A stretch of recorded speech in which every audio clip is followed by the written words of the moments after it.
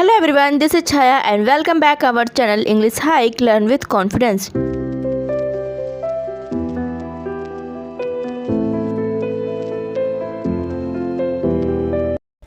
So there is some important information for you, and that is from today I am creating a new playlist where you can find many kinds of vocabularies which are very similar to their spelling and pronunciation also, but each word has very different meaning.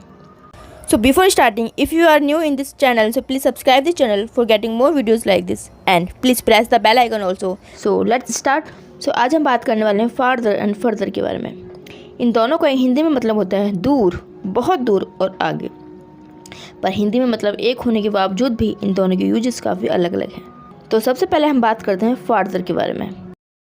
farther का use वहाँ होता है जहाँ पे कोई physically distance हो, जैसे my house is farther than your house, मेरा घर तुम्हारे घर से काफ़ी दूर है. So as you can see in this sentence हमने फार्दर का यूज़ वहाँ किया है जहाँ पे एक डिस्टेंस को हम नाप सकते हैं.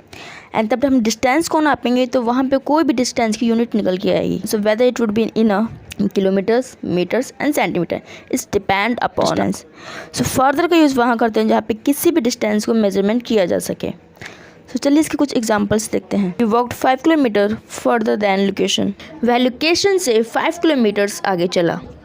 How much further the hospital than location, इस लोकेशन से हॉस्पिटल कितना दूर है. You arrived further than me, तुम मुझसे दूर पहुंच गई हो.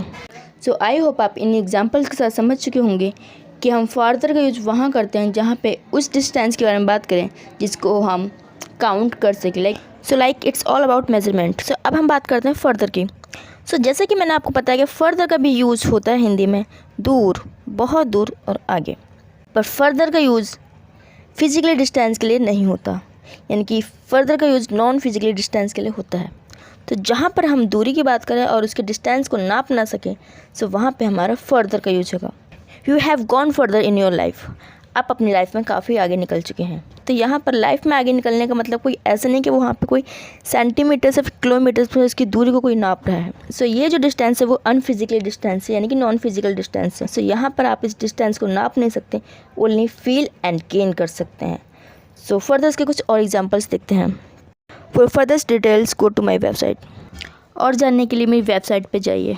डोंट फर्दर द आर्ग्यूमेंट, बहस को और आगे मत बढ़ाओ. Now I want to do my further studies, अब मैं अपने आगे की पढ़ाई करना चाहती हूँ. सो आई होप इन एग्जाम्पल्स के साथ आपको समझ में आ गया होगा कि फ़र्दर का यूज़ कहाँ होता है एंड फार्दर एंड फर्दर दोनों के बीच में क्या डिफरेंस है.